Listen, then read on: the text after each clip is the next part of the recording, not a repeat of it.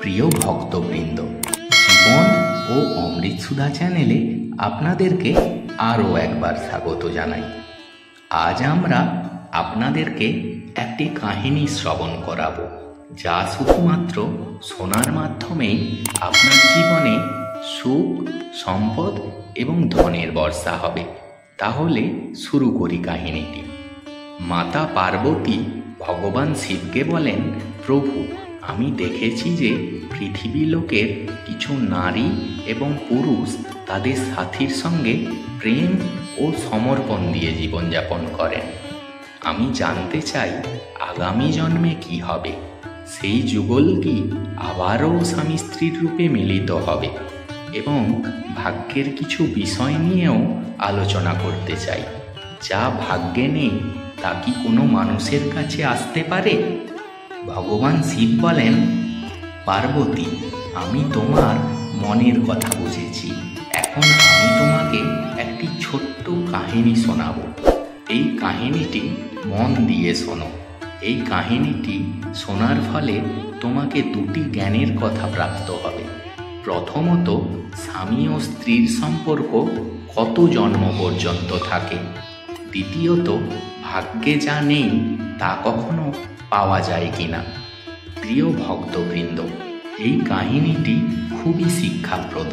দয়া করে মনোযোগ সহকারে শুনুন এবং কাহিনীটির শেষ পর্যন্ত সাথে থাকুন, কারণ একটি অসম্পূর্ণ কাহিনী থেকে শুধুমাত্র অসম্পূর্ণ জ্ঞান পাওয়া যায়, যা জীবনে কখনো কাজে আসে না। তাহলে শুরু করি। ভগবান শিব মাতা পার্বতীকে বলেন, এক সময়ের কথা। এক রাজকুমারী ছিল, যার নাম রূপমতী। সে সম্পূর্ণরূপে চরিত্রবান ছিল। তার বিয়ে হয়েছিল চরিত্রবান রাজকুমার সৌরভের সাথে। তারা দুজনেই সুখ ও সমৃদ্ধির সাথে জীবন উপভোগ করছিল। তবে তাদের জীবনে একটি মাত্র অভাব ছিল, তা হলো সন্তানের। রূপমতী এই বিষয়ে চিন্তিত থাকত। সময় কেটে যাচ্ছিল। একদিন রূপমতীর স্বাস্থ্যের অবনতি হয় এবং সে রাজকুমার সৌরভকে বলে, প্রিয়তম, আমি আপনার সমস্ত কথা মেনে চলেছি এবং আপনার অনেক সেবা করেছি, কিন্তু আমি আপনাকে সন্তানের জন্ম দেওয়ার সুখ দিতে পারিনি। আমার মনে হচ্ছে আমার জীবন এখনই শেষ হতে চলেছে। আমার না থাকার পর আমার স্মৃতির মাধ্যমে জীবন কাটাতে চেষ্টা করবেন। আমি আপনাকে প্রতিশ্রুতি দিচ্ছি, পরবর্তী জন্মে আমি আবারও আপনার স্ত্রী হব এবং আপনার সন্তানের ইচ্ছা পূরণ করব। এই কথা বলে রূপমতী মারা যায়। এরপর একদিন সৌরভও তার দেহ ত্যাগ করে। এরপর সৌরভ জন্ম নেয় এক এমন রাজায়, যার 100 জন রানী ছিল এবং তাদের মধ্যে সে একমাত্র পুত্র। অন্যদিকে রূপমতী জন্ম নেয় এক এমন রাজায়, যার 100 জন রানী ছিল এবং তাদের মধ্যে সে একমাত্র কন্যা। সে রাজার একটি খুবই জ্ঞানী এবং বিশ্বস্ত তোতা ছিল। রাজা তার সাথে অনেক ব্যাপারে পরামর্শ করত এবং তার পরামর্শ মেনে চলত। একদিন রাজা তোতার কাছে গিয়ে বলে, হে তোতা, আমি তোমাকে একটি বড় দায়িত্ব দিতে চাই, যা তোমাকে সম্পূর্ণ করতে হবে। তোতা তখন বলে, বলুন মহারাজ, আমি আপনার জন্য কি করতে পারি? তখন রাজা বলে, তুমি জানো আমার একমাত্র পুত্র আছে এবং আমি আমার পুত্রের জন্য যে ধরনের বধূ চাই তা তোমাকে জানাতে চাই। রাজা তার পছন্দের রাজকুমারী সম্পর্কে একটি পত্র লিখে তোতার পায়ে বেঁধে দেয় এবং বলে, এই পত্রটি নিয়ে তুমি তো আমার পুত্রের জন্য উপযুক্ত রাজকুমারী খুঁজে আনো। তোতা একটি প্রতিবেশী দেশে পৌঁছায়, যেখানে খুবই তীব্র বৃষ্টি হচ্ছিল। সেখানে একটি পুরনো ফাঁপা গাছ পায়, যেখানে সে বিশ্রাম নেওয়ার সিদ্ধান্ত নেয়। তবে গাছের মধ্যে প্রবেশ করার আগে একটি ভয়ঙ্কর আওয়াজ শোনে। তুমি ভেতরে প্রবেশ করতে পারবে না, করলে তুমি অন্ধ হয়ে যাবে। তাই তোতা গাছে প্রবেশ না করে ঝুলে থাকা একটি ডালে বসে বৃষ্টি থামার অপেক্ষা করতে থাকে। বৃষ্টি থামার পর সেখানে একটি ময়না এসে তোতার পাশে বসে।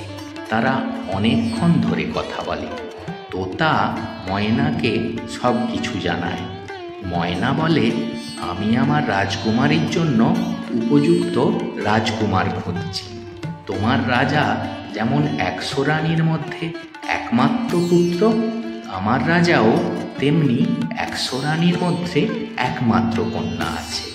তারা দুজনেই সিদ্ধান্ত নেয় যে তারা একসাথে তাদের রাজকুমার ও রাজকুমারীর মিল করাবে। তারা উড়ে রাজকুমারীর রাজ্যে পৌঁছে যায়। ময়না রাজা তার রাজকুমারীকে খবর দেয় যে তার জন্য উপযুক্ত রাজকুমার পেয়েছে। তাদের সুখবর শুনে রাজা অনেক খুশি হয় এবং রাজকুমারীর জন্য বিয়ের প্রস্তুতি শুরু করে। রাজকুমারকে রাজকুমারীর ছবি পাঠায় এবং রাজকুমার খুবই আনন্দিত হয়। রাজা তোতার মাধ্যমে রাজকুমারের পছন্দ জানিয়ে দেয় এবং বলে 4 মাসের মধ্যে বিয়ে করতে হবে। বিয়ের কিছুদিন আগে রাজকুমারের পিতা মারা যায় এবং বিয়ে স্থগিত রাখতে হয়। রাজকুমার ও তোতা আবার রাজকুমারীর রাজ্যে বিয়ে করতে যায়। তবে তাদের পৌঁছানোর আগেই এক বিপদ ঘটে। রাজকুমার একটি বাগানে বিশ্রাম নিচ্ছিল যখন বাগানের মালি তোতাকে মেরে ফেলে। রাজকুমার রাজকুমারীর পিতা বিয়ে থেকে বিরত থাকেন। রাজকুমারী তার প্রেমিকের সন্ধানে যায়। এক সময় সে একজন পুরুষের ছদ্মবেশে রাজ্যে ফিরে আসে এবং রাজা তাকে কোতোয়ালের পদে নিয়োগ করে। কয়েক বছর পর রাজা মারা যায় এবং রাজকুমারীকে রাজা হিসাবে ঘোষণা করা হয়। একদিন রাজকুমারী এক গাভী কিনে, যা সব কিছু শুনতে পারত। গাভী হারিয়ে গেলে রাজা সব গাভীকে রাজ্যে নিয়ে আসতে আদেশ দেন। সেনারা এক গাভীকে খুঁজে বার করে এবং তার গলায় থাকা দড়ি খুলে দেয়। গাভী রাজকুমারে রূপান্তরিত হয়। রাজকুমার ও রাজকুমারী একত্রিত হয়। রাজকুমারী তার সত্য পরিচয় জানায়। রাজকুমার ও রাজকুমারী রাজ্য পরিচালনা করতে থাকে এবং জাদুকরণীকে শাস্তি দেওয়া হয়। ভগবান শিব বলেন, পার্বতী, সময়ের সঙ্গে পূর্বজন্মের কর্মফল পাওয়া যায়। এই কাহিনী থেকে প্রথম জ্ঞান হল, সৎ ও সত্য প্রেমে যুগলদের সম্পর্ক জন্ম জন্মান্তর পর্যন্ত স্থায়ী থাকে। আর দ্বিতীয়ত, ভাগ্যে যা নেই তা কখনো পাওয়া যায় না। ভগবান শিব ও মাতা পার্বতীর কথোপকথন এখানেই শেষ হয়। প্রিয় ভক্তবৃন্দ, আশা করি এই কাহিনী আপনাদের জীবনে সুখ, সম্পদ ও ধনের বর্ষা আনবে। ভগবান শিব ও মাতা পার্বতীর কৃপায় আপনারা সমৃদ্ধ লাভ করবেন। বন্ধুরা, অবশ্যই কমেন্টে জানাবেন। হর হর মহাদেব।